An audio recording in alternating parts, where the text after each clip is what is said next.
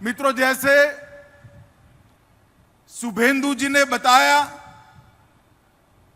पूरे देश भर में ये नई न्याय संहिताओं को अमल करने का काम शुरू हो गया है। मगर पश्चिम बंगाल की मुख्यमंत्री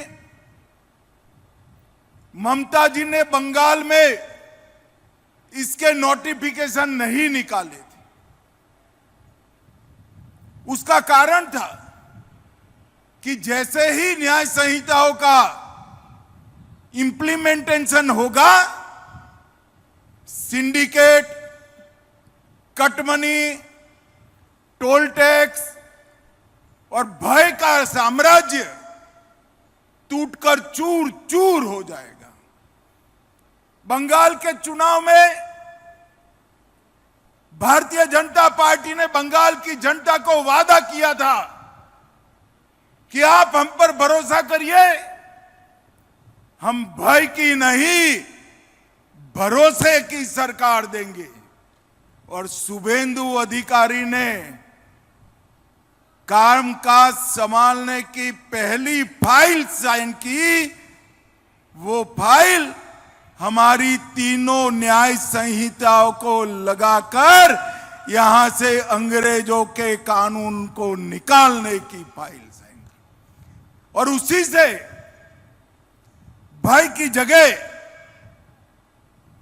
भरोसे का काम, ये अभियान शुरू हो गया। आज यहां पर विधाननगर पुलिस कमिश्नरेट के नवनिर्मित भवन का भी उद्घाटन हुआ है। और यहां पर नशा मुक्त भारत के अभियान के लिए भी एक महत्वपूर्ण संस्थान का उद्घाटन करने का काम हुआ है। मित्रों, आज इसमें साइड पर ही, पास में ही एक प्रदर्शनी लगाई। ये तीनों न्याय संहिताएं किस प्रकार से नागरिकों को सुरक्षित करेगी, उनकी संपत्ति को किस प्रकार से सुरक्षित करेगी, इनके सम्मान को किस प्रकार से बढ़ाएगी और किस प्रकार से किसी भी फरियादी को सिर्फ 3 साल में ही, मेरी बात ध्यान से सुनना, सिर्फ 3 साल में ही सुप्रीम कोर्ट तक न्याय देने की व्यवस्था हो जाएगी। इसकी यहां पर प्रदर्शनी लगाई। ममता बनर्जी के शासन में रविंद्र संगीत से गूंजता ये प्रदेश बम धमाकों से डरता था। एसिड हमले कभी थमते नहीं थे। आरजी कर मेडिकल कॉलेज की बर्बरता हो या संदेश खाली की पीड़ा, दुर्गापुर मेडिकल कॉलेज में हुआ बलात्कार हो या साउथ कोलकाता लॉ कॉलेज में हुई छेड़खानी हो, कोई एक्शन नहीं लिया जाता था। मुझे विश्वास है सरकार तो बदली है, साथ में अब कानून भी बदल रहा है। अब बंगाल में कानून का राज 15 साल के बाद फिर से सुनिश्चित हो जाएगा, इसको पूरा मुझे विश्वास है। और मित्रों,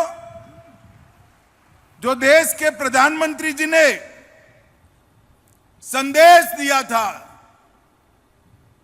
कि भय का नहीं भरोसे का शासन होगा, वो बंगाल में जमीन पर उतरता हुआ दिखाई पड़ा है। भाइयों बहनों, हमने बहुत सारे हिंदी सिनेमा में, नाटकों में देखा है,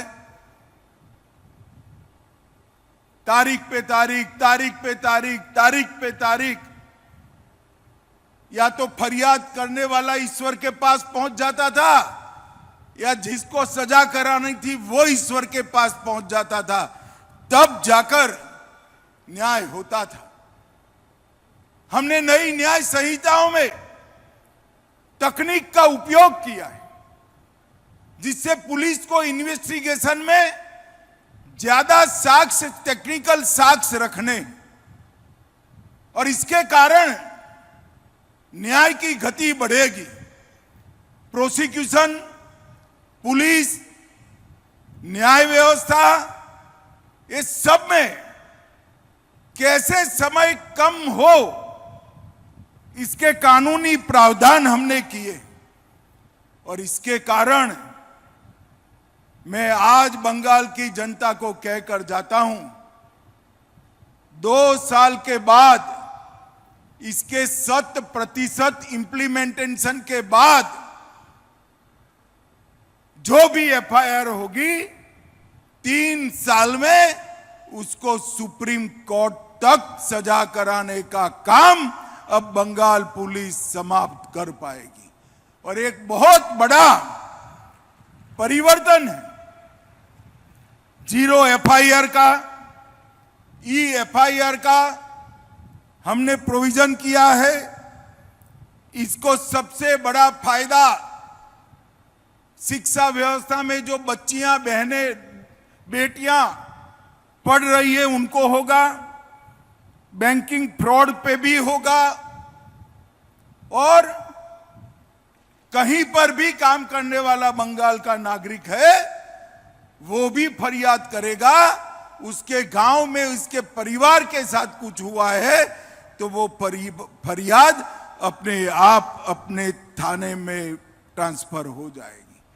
चाहे गुजरात हो, बिहार हो, कहीं पर आपके परिवार के लिए आप ई एफआईआर, 0 नंबर से एफआईआर कर सकते हैं। ये नई न्याय प्रणाली पीड़ित केंद्रित है, दंड केंद्रित नहीं है।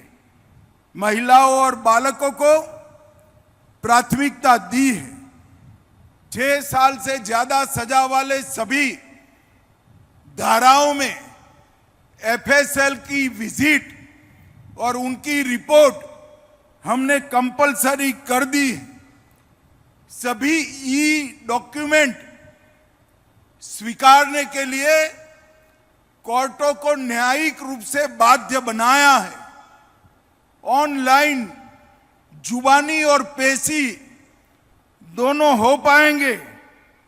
और कई ऐसे मामले हैं, सिख दंगों में 3 दशक के बाद भी न्याय नहीं हुआ, भोपाल गैस त्रासदी में 26 साल हुए, बीरभूम नानूर हत्याकांड में 10 साल लग गए, अजमेर सामूहिक दुष्कर्म मामले में 32 साल लगा। अब ये सब चीजों से 3T से, टेक्नोलॉजी, ट्रांसपेरेंसी और टाइमलाइन, ये 3T से पूरी न्यायिक व्यवस्था बदलने वाली है। मित्रों, बंगाल में 2 काम हो रहा है। एक तो न्यायिक व्यवस्था भी बदल रही है और सरकार टोल टैक्स, सिंडिकेट, भ्रष्टाचार, कट मनी और जनता के साथ भी खड़ा रहना शुरू किया है। कैडर का राज था यहां। जब कम्युनिस्ट शासन करते थे तब भी कैडर का राज था, और जब टीएमसी शासन करती थी तब गुंडों की कैडर का राज था। अब शुभेंदु जी की सरकार बनी है, भाजपा सरकार बनी है, यहां पर कानून का राज प्रस्तापित हो गया है। अब बंगाल कानून के रास्ते पर आगे बढ़ गया है। भाइयों बहनों, ये बहुत बड़ा परिवर्तन है। मैं आज बंगाल की जनता को कहने आया हूं कि जब मैं सीएए का कानून लेकर आया, ममता बनर्जी मेरा मखौल उड़ाती थी, मजाक उड़ाती थी। कैसे करोगे, हम नहीं मानेंगे। ममता दीदी, आपने तो नहीं माना, मगर आपकी सरकार भी गई और आप भी गई। अब भारतीय जनता पार्टी की सरकार है। मैं बांग्लादेश से आए हुए हिंदू, सिख, जैन शरणार्थियों को वादा कर कर जाता हूं कि 6 माह में आप सभी को हम नागरिकता दे देंगे। भारत सरकार के गृह मंत्रालय ने अपने सारे अधिकार बंगाल सरकार के 8 कलेक्टरों को दे दिए हैं सीए को फाइनल करने के लिए। जितने भी शरणार्थी है वो सारे यहां पर सुनिश्चित रूप से सम्मान के साथ भारत की नागरिकता प्राप्त करेंगे। मगर मेरे भाषण को सुनकर घुसपैठिए खुश न हो जाए, क्योंकि हमारी बंगाल सरकार का अटल फैसला है डिटेक्ट, डिलीट और डिपोर्ट। एक एक घुसपैठिए को चुन चुन कर पश्चिम बंगाल से निकालने का मैं फिर से एक बार बंगाल की जनता को वादा करना चाहता हूं। भाइयों बहनों, सीमा सुरक्षा के लिए हमें भूमि चाहिए थी, हमें भूमि मिल गई। लगभग 1129 एकड़ भूमि बंगाल सरकार ने बाढ़ लगाने के लिए दे दी है। जनसांख्यिकी परिवर्तन की जो कमेटी बनाई है गृह मंत्रालय भारत सरकार ने, उसको भी कोऑपरेट करने के लिए इन्होंने, मुख्यमंत्री जी ने हमें लिख कर आश्वासन दिया है। कट मनी और अवैध कमीशन बंद करना था, उसका टोल फ्री नंबर शुभेंदु अधिकारी ने चालू कर दिया है, 155334।